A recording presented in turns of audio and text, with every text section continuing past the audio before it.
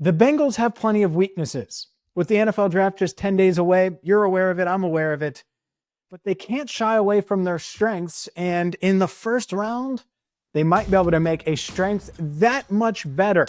Let's break it down right now on Cincinnati Bengals Talk.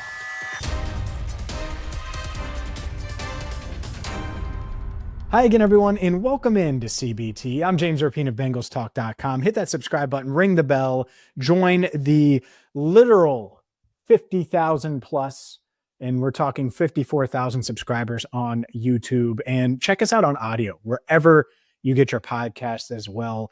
We're going to have some audio-only interviews, conference calls, and content for you there as well. So if you've supported the channel, maybe since we started in 2021, maybe it's now, well, please check us out on audio as well, whether you're new or you've been a loyal supporter of CBT. Today's video brought to you by BetUS TV. And let's dive in, because the NFL draft is just 10 days away. And I think a lot of you are going to look at the draft and think defensive tackle, and think edge, and think guard. I think those are the three main positions that you or the average Bengals fan is really focused on early in the draft, which I get, totally get it. I think that there are some that are thinking about a Jahad Campbell at linebacker. I think there are some that are thinking about safety, maybe even some that are thinking about corner.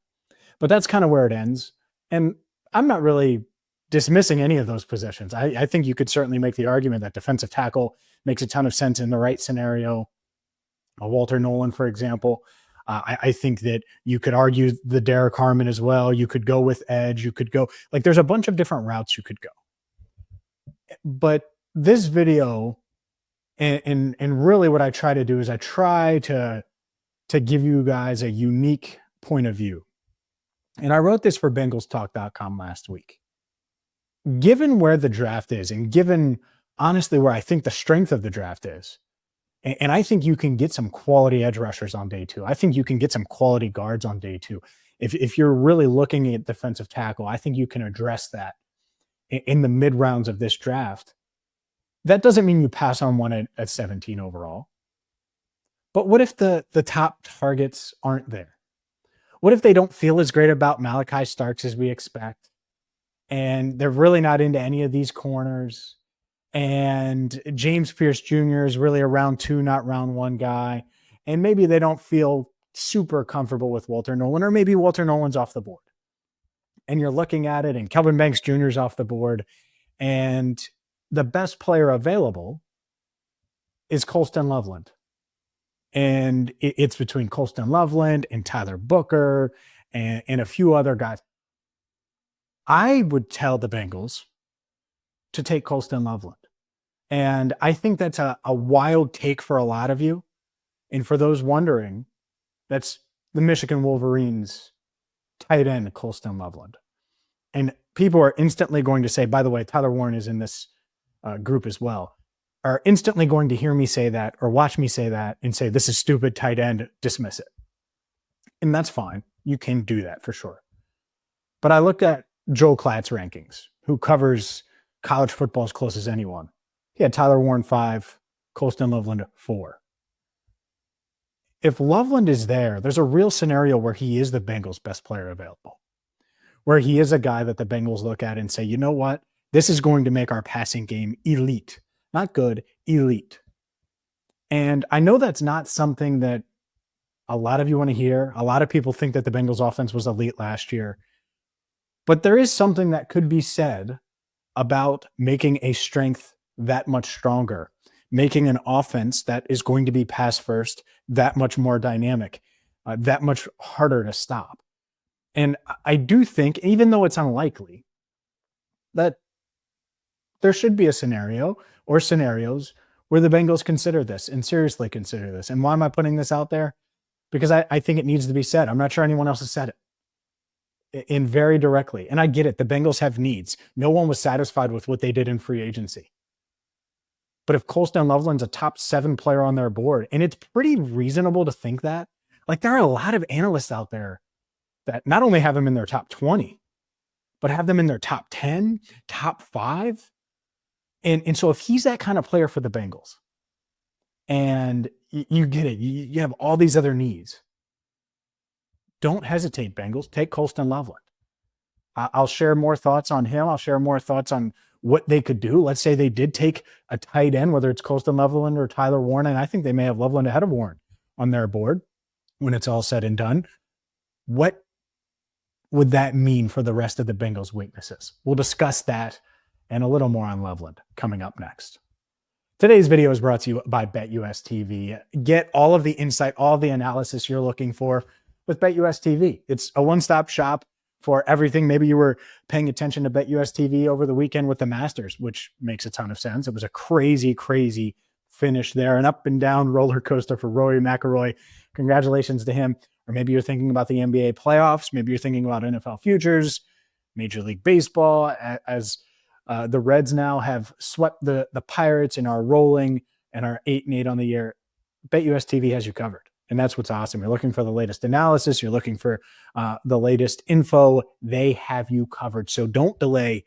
Get to BetUS TV today. I say the Colston Loveland pick, and I think a lot of people are going to say, all right, well, you got to build your team inside out. And there are a lot of guys on day 2 and day 3 that I love. If you're looking for an edge rusher, I would prefer Ashton Geloti over, say, reaching for an edge at 17 that you don't feel great about, or really pushing it or Gelati, excuse me, for a guy at 49 that you don't feel great about. I think Ashton Gelati is awesome.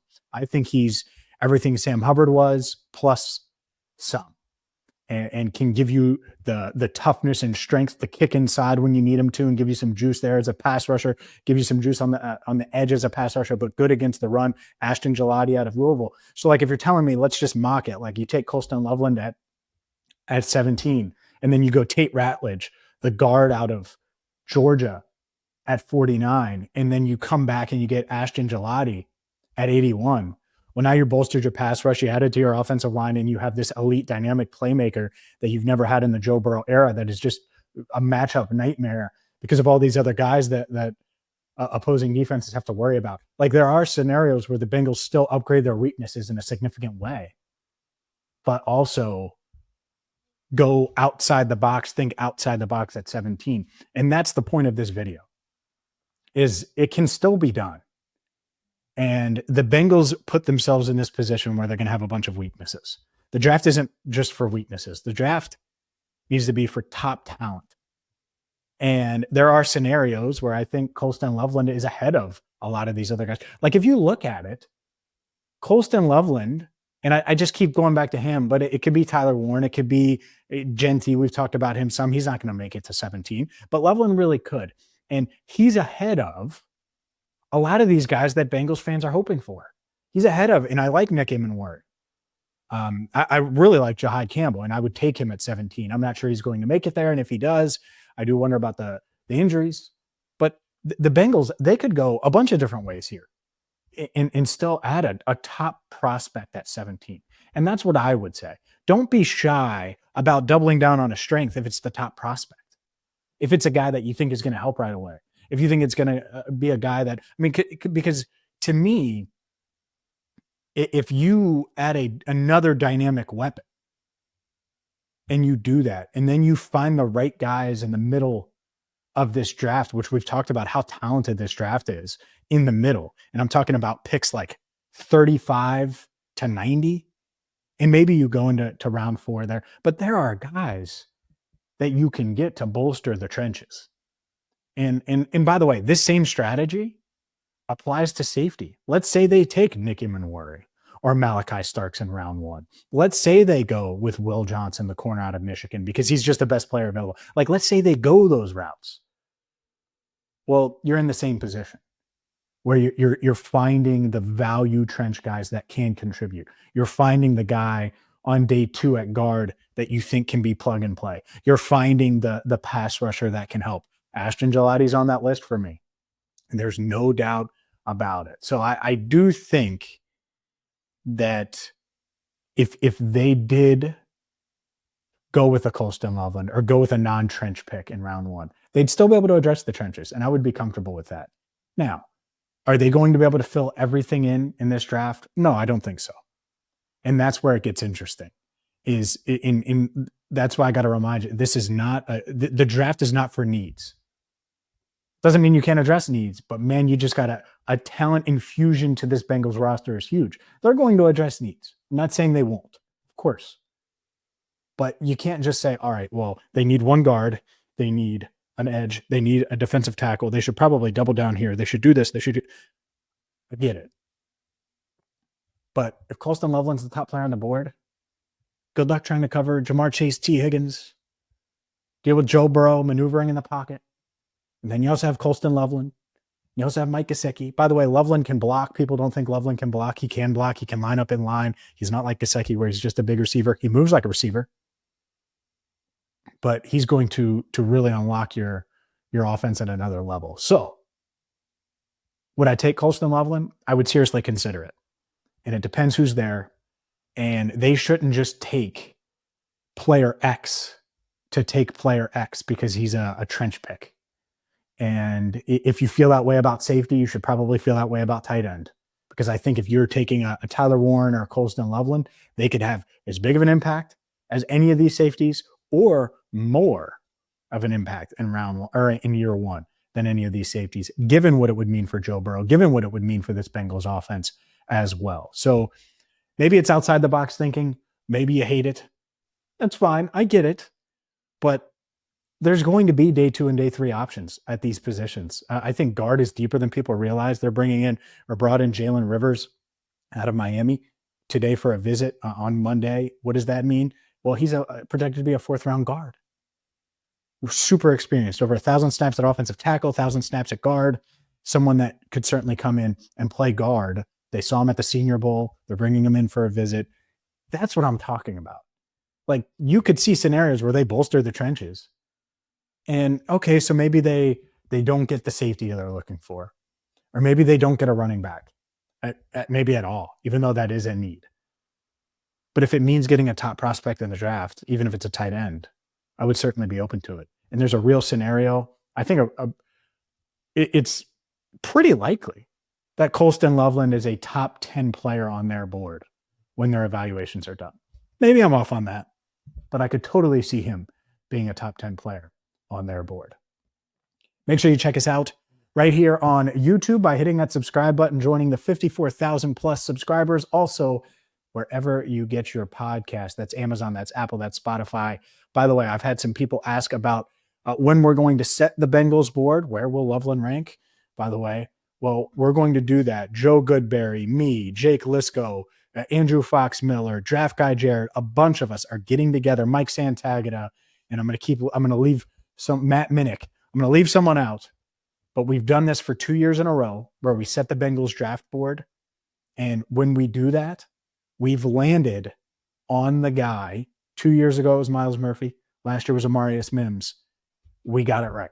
Where all the guys that were taken above that player were off the board. The next guy in line was Murphy. They picked Murphy. The next guy in line was Amarius Mims. They picked Mims. We're going to set the Bengals draft board on April 21st. That's a week from tonight, just 3 days before the 2025 NFL draft. I'm excited. I'm excited for that. I hope you are too. Another reason why you should hit that subscribe button on YouTube and follow wherever you get your podcast.